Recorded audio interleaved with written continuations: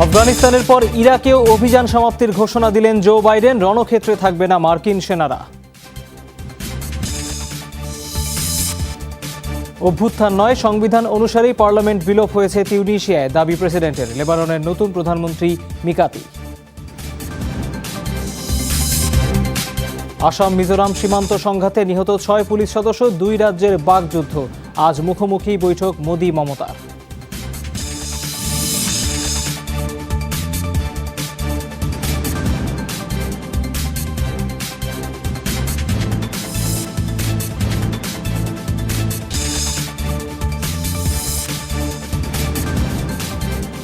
শিরোনামগুলো দেখছিলেন দর্শক, এবারে যাচ্ছি পুরো খবরে। 2022 সাল থেকে ইরাকে সরাসরি কোনো যুদ্ধে অংশ নেবে না মার্কিন সেনারা, বরং স্থানীয় নিরাপত্তা বাহিনীকে দেবে প্রশিক্ষণ ও পরামর্শ। সোমবার ইরাকি প্রধানমন্ত্রীর সাথে দ্বিপাক্ষিক বৈঠকে এই সিদ্ধান্তের কথা জানান যুক্তরাষ্ট্রের প্রেসিডেন্ট জো বাইডেন। বলেন, চলতি বছরের শেষ নাগাদ দেশটি ছাড়বেন সম্মুখ যোদ্ধারা। 2021 সালের পর ইরাকে আর নয় যুক্তরাষ্ট্রের কমব্যাট মিশন। এভাবে যুদ্ধক্ষেত্রে মার্কিন বহরের ভূমিকার ইতি টানলেন প্রেসিডেন্ট জো বাইডেন। ডিসেম্বরের মধ্যেই ইরাক ভূখণ্ড ছাড়বেন মিশনের সেনারা। অবশ্য রয়েছে বিকল্প পরিকল্পনাও। স্থানীয় নিরাপত্তা বাহিনীকে প্রশিক্ষণ, অভিযানের পরামর্শ এবং দূতাবাস, কনসুলেটের নিরাপত্তার জন্য কিছু সংখ্যক সেনা মোতায়েন থাকবেন। বর্তমানে ইরাকে রয়েছে 2500 মার্কিন সেনা। ইরাকে গণতন্ত্র প্রতিষ্ঠাকে আমরা সমর্থন জানাই, তবে অক্টোবরের নির্বাচন নিয়েও উদ্বিগ্ন। নিরাপত্তা সহযোগিতার ব্যাপারেও যুক্তরাষ্ট্রের প্রতিশ্রুতি অক্ষুণ্ণ থাকবে, কারণ আইএসের মতো সন্ত্রাসবাদী সংগঠনগুলো সুযোগ পেলেই মাথাচাড়া দিবে। তাই প্রশিক্ষণ, পরামর্শ বা জঙ্গিবাদ বিরোধী অভিযানে মার্কিন বাহিনী সক্রিয় থাকবে, কিন্তু 2022 সাল থেকে সরাসরি কোনো যুদ্ধে অংশ নেব না আমরা। আগস্টের মধ্যে আফগানিস্তান থেকে প্রত্যাহার করা হচ্ছে সব মার্কিন সেনা। এর মাঝে ইরাকের ব্যাপারেও একই রকম ঘোষণা আসায় দীর্ঘদিন চলমান যুদ্ধের ইতি টানার ইঙ্গিত দিলেন প্রেসিডেন্ট বাইডেন। বর্তমানে আমাদের সম্পর্ক সবচেয়ে শক্তিশালী। অর্থনীতি, পরিবেশ, স্বাস্থ্য, শিক্ষা, সংস্কৃতি সহ বিভিন্ন ক্ষেত্রে সহযোগিতামূলক অবস্থানে রয়েছে দেশ দুটি। ধারাবাহিকতা বজায় রেখেই বাইডেন সরকারের সাথে কাজ করতে চায় ইরাক। এর মাধ্যমে পারস্পরিকভাবে লাভবান হবে উভয় পক্ষ। 2003 সালে প্রেসিডেন্ট সাদ্দাম হোসেনকে উৎখাত এবং পরমাণু অস্ত্র ধ্বংসের অজুহাতে ইরাকে আগ্রাসন শুরু করে যুক্তরাষ্ট্রের নেতৃত্বাধীন বহুজাতিক বাহিনী। 2011 সালে মার্কিন সেনাবহর ইরাক ছাড়লেও 3 বছর পর আবারও প্রবেশ করে তারা। মৌলি ইসলাম, যমুনা নিউজ। এদিকে তালেবানের দৌরাত্বের মুখে পালিয়ে যাওয়া আফগান সেনাদের আশ্রয় দিচ্ছে পাকিস্তান। খাইবার পাখতুনখোয়া প্রদেশ তালেবানের দখলে যাওয়ার পর সীমান্ত পাড়ি দিয়ে চিত্রাল শহরে প্রবেশ করেন 46 আফগান সেনা। তাদের নিরাপদ আশ্রয়ে চিকিৎসা সেবা নিশ্চিত করেছে পাকিস্তান। দেশে প্রত্যাবর্তন নিয়ে চলছে আফগান কর্তৃপক্ষের সাথে আলোচনা। অবশ্য সেনা পলায়নের বিষয়টি সাফ অস্বীকার করে ঘানি সরকার। এরপরই ভিডিও প্রকাশ করে পাক গোয়েন্দা সংস্থা ISI। সম্প্রতি আফগানিস্তান থেকে যুক্তরাষ্ট্র ও নেটো সেনা প্রত্যাহার শুরু করলে সক্রিয় হয়ে ওঠে তালেবানরা। দখলে নেয় দেশটির 1/3 এলাকা। এদিকে তালেবানের সাথে আফগান বাহিনীর সংঘাতে সবচেয়ে বেশি হতাহতের শিকার নারী, শিশুরা। প্রাণ রক্ষায় বাড়িঘর ছাড়তে বাধ্য হচ্ছেন হাজারো মানুষ। এখনই অস্ত্রবিরতি কার্যকর না হলে দেশটিতে মানবিক সংকট দেখা দেবে, এমন সতর্কতা জাতিসংঘের। তালেবান এবং সেনাবাহিনীর মুহুর্মুহু গুলিতে ঘরবন্দি সাধারণ আফগানরা। শক্তি প্রদর্শন এবং এলাকা দখলের প্রতিযোগিতায় বাদ যাচ্ছে না বসতবাড়িতে হামলাও। জাতিসংঘের মানবাধিকার সংস্থা বলছে, চলমান এই সংঘাতে সবচেয়ে বেশি হতাহতের শিকার নারী ও শিশুরা। সম্প্রতি তাদের উপর বেড়েছে নির্যাতনের মাত্রা, যা 2009 সালের পর থেকে সর্বোচ্চ। চলতি বছরের প্রথম 6 মাসে আফগানিস্তানে যত হতাহত হয়েছে তার প্রায় অর্ধেকেরই নারী ও শিশু। এটি অবশ্যই উদ্বেগের কারণ। হতাহতদের বেশিরভাগই নিজ বাড়িতেই হামলার শিকার হয়েছেন। তাদের ওপর আর্টিলারি, মর্টার, এমনকি বিমান হামলা পর্যন্ত চালানো হয়েছে। হামলার শিকার হয়ে প্রতিদিনই ঘরবাড়ি ছেড়ে পালাচ্ছে সংঘাতময় এলাকার মানুষ। পরিস্থিতি নিয়ন্ত্রণের বাইরে যাওয়ার আগেই দ্রুত অস্ত্রবিরতি কার্যকরের আহ্বান জানিয়েছে জাতিসংঘ। গেল 8 মে সবচেয়ে বেশি হামলা চালানো হয়েছে। বাদ যায়নি স্কুলও। দ্রুতই এই সংঘাতের অবসান হওয়া দরকার। যুদ্ধবিরতি কার্যকর না হলে হতাহত এবং গৃহহীনের নতুন রেকর্ড তৈরি হবে। তথ্য অনুযায়ী সরকার বিরোধী বিভিন্ন বাহিনীর হাতেই ৬৪% মানুষ হতাহতের শিকার, যার ৩৯%ই হয়েছে তালেবানের হামলায়। এছাড়া প্রায় ৯ ভাগ মানুষ হতাহত হয়েছে আইএসের অভিযানে। তবে আফগানিস্তানে মোট হতাহতের মাত্র ২৩% দায় নিয়েছে নিরাপত্তা বাহিনী।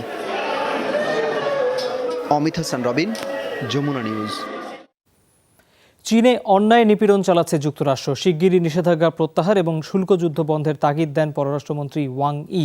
দেশটি সফর করছেন মার্কিন পররাষ্ট্র প্রতিমন্ত্রী ওয়েন্ডি শেরমান। সোমবার তিয়ানজিন শহরে হয় দুদেশের শীর্ষ বৈঠক। এ সময় ওয়াশিংটনের বিরুদ্ধে বিষোদ্গার করেন চীনের পররাষ্ট্রমন্ত্রী। কিন্তু মার্কিন কূটনীতিক জানান, সহসা দুদেশের সম্পর্ক স্বাভাবিক হবার সুযোগ কম। পণ্যের শুল্ক আরোপ, মানবাধিকার এবং করোনা মহামারী বিস্তার ইস্যুতে চীনের সাথে টানাপোড়েন শুরু হয় ট্রাম্প প্রশাসনের, যেগুলোর ব্যাপারে অনড় অবস্থানে রয়েছেন জো বাইডেনও। জলবায়ু পরিবর্তনে ইরানের পরমাণু বা কোরীয় উপদ্বীপ ইস্যুতে বরাবরই দায়িত্বশীল গঠনমূলক আচরণ করে চীন। পারস্পরিক বিশ্বাস, সুযোগ সুবিধা এবং দ্বিপাক্ষিক সমঝোতার উপরই নির্ভর করে সম্পর্ক। যুক্তরাষ্ট্রের সঠিক পদক্ষেপ গ্রহণ করা উচিত। তারা যদি চীনের স্বার্থে আঘাত হেনে সহযোগিতামূলক সম্পর্ক চায়, তাহলে কখনোই সেটি কার্যকর হবে না। অভ্যুত্থান নয়, বরং সংবিধান অনুসারেই বিলোপ করা হয়েছে তিউনিসিয়ার পার্লামেন্ট। সোমবার ক্ষমতাচ্যুত এন্নাহাদা পার্টির অভিযোগের পাল্টা জবাব দেন দেশটির প্রেসিডেন্ট। বলেন, অভ্যন্তরীণ কোন্দল এড়ানো না গেলে পরিণাম হবে ভয়াবহ। এদিকে গণতান্ত্রিক এবং সাংবিধানিক নীতিমালা অনুসরণের মাধ্যমে নতুন সরকার গঠনের আহ্বান জাতিসংঘ যুক্তরাষ্ট্রের। আবারও রাজনৈতিক সংকটে আরব বসন্তের সূতিকাগার তিউনিসিয়া। পার্লামেন্ট বিলোপ এবং প্রধানমন্ত্রীকে বরখাস্তের মাধ্যমে রাজনীতিতে স্থিতিশীলতা ফেরানোর চেষ্টা করেছিলেন দেশটির প্রেসিডেন্ট কায়েস সাইদ। কিন্তু ক্ষমতাচ্যুত দল এন্নাহাদার অভ্যুত্থান অভিযোগের মুখে পড়ে তার এই সিদ্ধান্ত, যার পক্ষে সোমবার রাতেই সাফাই দেন প্রেসিডেন্ট। কিছু মানুষ অভ্যুত্থানের কথা বলছেন। বুঝতে পারছি না, সংবিধান মেনে পার্লামেন্ট বিলোপ করলে কিভাবে সেটি অভ্যুত্থান হয়। ৮০ নম্বর অনুচ্ছেদেই রাষ্ট্রের সমূহ বিপদ দেখে প্রধানমন্ত্রীকে ক্ষমতাচ্যুত করার এখতিয়ার দেওয়া হয়েছে প্রেসিডেন্টকে। সবাইকে ধৈর্য ধারণের পরামর্শ দিচ্ছি, কারণ অভ্যন্তরীণ কোন্দলের ঘটে যে কোনো দেশের অবনতি। উত্তর আফ্রিকার দেশটিতে দ্রুত স্থিতিশীলতা ফেরাতে সাংবিধানিক নীতিমালা মানার বিকল্প নেই, এমনটা জানিয়েছে জাতিসংঘ ও যুক্তরাষ্ট্র। প্রেসিডেন্ট পার্লামেন্ট বিলুপ্ত করার পরেই নিবিড়ভাবে তিউনিসিয়ার পরিস্থিতি পর্যবেক্ষণ করছে জাতিসংঘ। সব পক্ষকে সহিংসতা এড়িয়ে শান্ত থাকার আহ্বান জানাচ্ছি।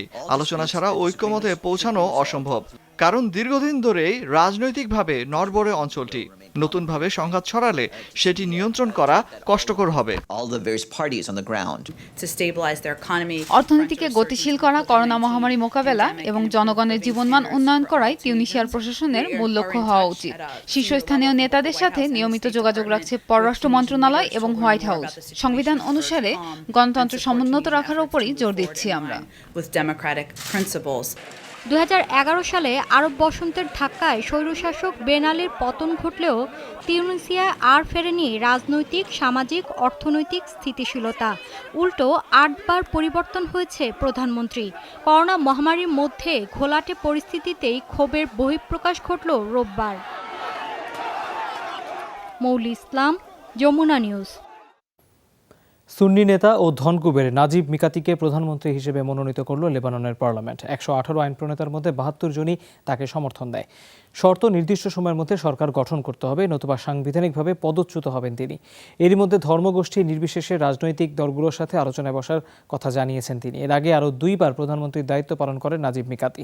দেশজুড়ে সরকার বিরোধী ব্যাপক বিক্ষোভ প্রতিবাদের মুখে ২০১৯ সালে পদত্যাগ করতে বাধ্য হন তৎকালীন প্রধানমন্ত্রী সাদ হারিরি। চলতি বছর সরকার গঠনের উদ্দেশ্যে তাকে প্রধানমন্ত্রী পদের জন্য মনোনীত করা হয়। ৮ মাসের মধ্যে সরকার গঠনে ব্যর্থ হলে পদচ্যুত হন হারিরি। লিবিয়া উপকূলে অভিবাসন প্রার্থী বোঝাই নৌকাডুবিতে প্রাণ হারালেন কমপক্ষে ৫৭ জন। সোমবার খবরটি নিশ্চিত করে জাতিসংঘের অভিবাসন বিষয়ক সংস্থা IOM। উন্নত জীবনের আশায় অবৈধ উপায়ে ইউরোপে পাড়ি জমাচ্ছিলেন এসব মানুষ। তারা সবাই নাইজেরিয়া, ঘানা ও গাম্বিয়ার বাসিন্দা। রোববার তাদের বহনকারী নৌকাটিতে যান্ত্রিক ত্রুটি দেখা দেয়। এক পর্যায়ে বৈরী আবহাওয়ার মুখে সেটি উল্টে যায়। যানটিতে অন্তত ৭৫ জন অভিবাসন প্রত্যাশী ছিলেন, তাদের মধ্যে ২০ জনই নারী ও শিশু। ঘটনাস্থল থেকে ১৮ জনকে জীবিত উদ্ধার করে কোস্টগার্ড। গেল সপ্তাহেও ভূমধ্যসাগরে নৌকাডুবিতে প্রাণ হারান কমপক্ষে ২০ জন। সংস্থাটি জানায়, চলতি বছর অবৈধভাবে অভিবাসনের সংখ্যা আশঙ্কাজনক হারে বেড়েছে। সীমান্ত বিরোধের জেরে উত্তাল ভারতের দুই রাজ্য আসাম ও মিজোরাম। সোমবার গোলাগুলিতে প্রাণ গেছে 6 অসমিয়া পুলিশ সদস্যের। টুইটার পোস্টে মুখ্যমন্ত্রী হেমন্ত বিশ্ব শর্মা জানান, আহত কমপক্ষে 80 জন। প্রাণঘাতী হামলার জন্য সরাসরি মিজোরাম পুলিশকে দোষারোপ করেন তিনি। জানান, সংঘাত চলাকালে মেশিন গান ব্যবহার করেছে প্রতিবেশী রাজ্যটি।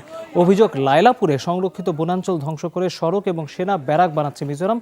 এদিকে আসামের নিরাপত্তা সদস্যরাই সোমবার সীমান্ত অতিক্রম করে পুলিশ চৌকিতে হামলা চালিয়েছে, এমন অভিযোগ মিজোরামের মুখ্যমন্ত্রী জোরাম থাঙ্গার।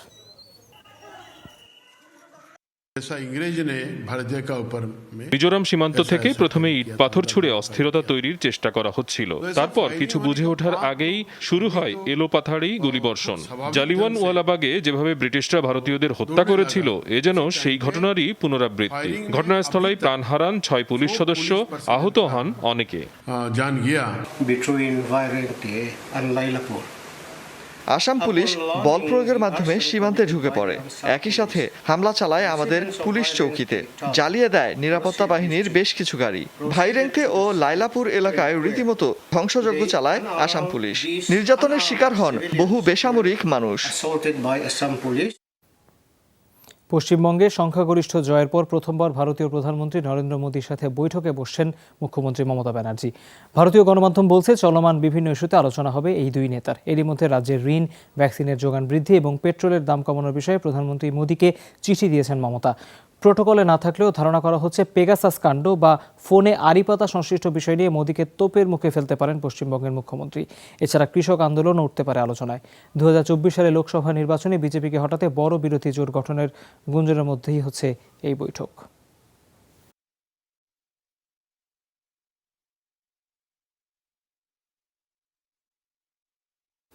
দর্শক, এই পর্যায়ে আমরা সরাসরি যাচ্ছি আমাদের কলকাতার সহকর্মী সুকান্ত চট্টোপাধ্যায়ের কাছে। তার কাছে আমরা বিস্তারিত জানবো। সুকান্ত, আপনাকে স্বাগত জানাচ্ছি। যেটা জানতে চাই যে এই পরিস্থিতিতে যখন বৈঠকটি চলছে তখন আসাম মিজোরাম সীমান্তে এক ধরনের সংঘাত চলছে, তো কেন্দ্রীয় সরকারের তরফ থেকে কোনো ধরনের সিদ্ধান্তের কথা বা কোনো পদক্ষেপের কথা আসতে পারে কিনা, আর এই পথেটি শুরুতে জানতে চাই।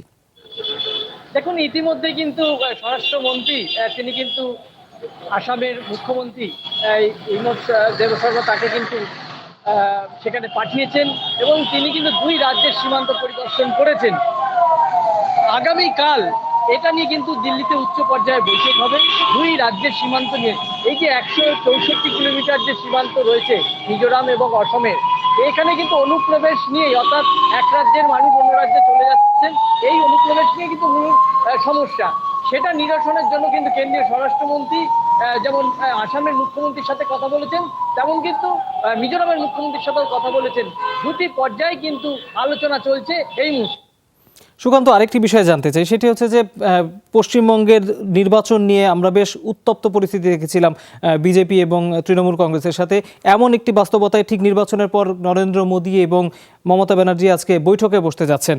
তো কি কি বিষয় আসলে মূল ধারায় আসলে আলোচনায় উঠে আসতে পারে বলে আপনার কাছে মনে হচ্ছে? দর্শক, আমরা সুকান্তর সাথে যোগাযোগ করার চেষ্টা করবো আরেকবার। তাকে আপাতত আমরা হারিয়ে ফেলেছি। তিনি কিন্তু সেখানকার যে বেশ কয়েকটি গুরুত্বপূর্ণ ইস্যু নিয়ে এই মুহূর্তে আলোচনা চলছে, সেগুলো নিয়ে তিনি আমাদেরকে জানাচ্ছিলেন। আমরা পরবর্তীতে আবার তার সাথে যোগাযোগের চেষ্টা করব। পরের খবরে যাচ্ছে, এটিও ভারতের প্রসঙ্গ। ভারতের মহারাষ্ট্রে প্রলয়ঙ্কারী বন্যা ও ভূমিধসে নিহতের সংখ্যা বেড়ে দাঁড়ালো 200-র কাছাকাছি। সোমবার রাজ্যের উপমুখ্যমন্ত্রী অজিত পাওয়ার এই তথ্য নিশ্চিত করেন। দুর্গত এলাকা পরিদর্শনের সময় তিনি জানান, রায়গড়ে তল্লাশি চালিয়ে আরও 28 জনের মরদেহ উদ্ধার করা হয়েছে। এ সময় ভুক্তভোগী পরিবারগুলোকে ক্ষতিপূরণের আশ্বাসও দেওয়া হয়। রাজ্যটিতে চলমান প্রাকৃতিক দুর্যোগে এখনও নিখোঁজ 25 বাসিন্দা। এছাড়া উদ্ধারকৃতদের মধ্যে 50 জন গুরুতর আহত। দুর্গত এলাকা থেকে কমপক্ষে 2,30,000 মানুষকে সরিয়ে নেওয়া হয়েছে নিরাপদ আশ্রয়ে। গেল সপ্তাহ থেকে রেকর্ড বৃষ্টিপাত হচ্ছে মহারাষ্ট্রে। প্রবল বর্ষণে যুক্তরাজ্যের রাজধানী লন্ডনে দেখা দিয়েছে ভয়াবহ বন্যা। সোমবার প্লাবিত হয় 2টি হাসপাতাল। ক্ষতিগ্রস্ত চিকিৎসা কেন্দ্রগুলো হলো ইস্ট লন্ডন হুইপস ক্রস এবং নিউহ্যাম হাসপাতাল। পরিস্থিতি মোকাবেলায় নতুনভাবে রোগী ভর্তি বন্ধ রেখেছে কর্তৃপক্ষ। ফিরিয়ে দেওয়া হচ্ছে অ্যাম্বুলেন্সও। সোমবার সামাজিক যোগাযোগ মাধ্যমে জরুরি নোটিশ দিয়েছে হাসপাতালগুলো। রোববার থেকে চলমান বৃষ্টিপাতে সৃষ্ট বন্যায় ডুবে গেছে শহরের অনেক ঘরবাড়ি, সড়ক, মেট্রো রেল এবং সাবওয়ে স্টেশন। রাস্তায় আটকা পড়েছে বহু যানবাহন। দুর্যোগের মধ্যে বাসিন্দাদের বিনা প্রয়োজনে বাইরে না যাওয়ার সতর্কতা জারি করেছে লন্ডন প্রশাসন। ইতালির সার্ডিনিয়ায় ভয়াবহ দাবানলে পুড়ে ছাই বিস্তীর্ণ বনভূমি। লোকালয়ে আগুন ছড়িয়ে হয়েছে ব্যাপক ক্ষয়ক্ষতি। তীব্র তাপদাহে শনিবার থেকে সূত্রপাত হয় আগুনের। পুড়ে গেছে অন্তত 50,000 একর বনভূমি। ধোঁয়া আর ছায় আচ্ছন্ন পুরো এলাকা। লোকালয়ে ছড়িয়ে পড়েছে ঘরবাড়ি, ফসলের জমি, খামার, ব্যবসা প্রতিষ্ঠান। নিরাপদ আশ্রয়ে সরিয়ে নেওয়া হয়েছে 900 বাসিন্দাকে। তবে কোনো হতাহতের ঘটনা ঘটেনি। আগুন নিয়ন্ত্রণে কাজ করছে 7,500 উদ্ধারকর্মী। হেলিকপ্টার থেকে ছড়ানো হচ্ছে রাসায়নিক, বিমান পাঠিয়ে সহায়তার হাত বাড়িয়ে দিয়েছে ফ্রান্স ও গ্রিস। তবে শুষ্ক আবহাওয়া এবং বাতাসে আগুন দ্রুত ছড়াচ্ছে। ফায়ার সার্ভিস বলছে রাতভর প্রচেষ্টার পর পরিস্থিতি অনেকটাই এখন নিয়ন্ত্রণে।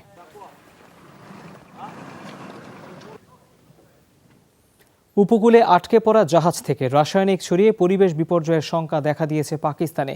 গত সপ্তাহে বৈরী আবহাওয়ার কবলে পড়ে করাচি উপকূলে আটকে যায় একটি চীনা জাহাজ। এমভি হেংতং 77 জাহাজটিতে 118 জন জ্বালানি রয়েছে। যানটি ফের পানিতে ভাসাতে চেষ্টা চালাচ্ছে দেশটির নৌবাহিনী ও বন্দর কর্তৃপক্ষ।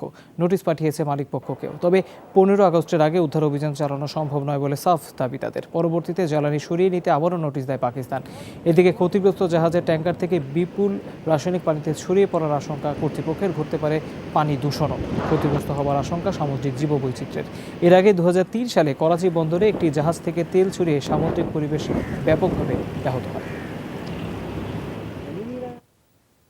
দর্শক, এই ছিল যমুনা আইডেস্কের আয়োজনে। এতক্ষণ যারা সাথে ছিলেন তাদের সবাইকে অনেক ধন্যবাদ।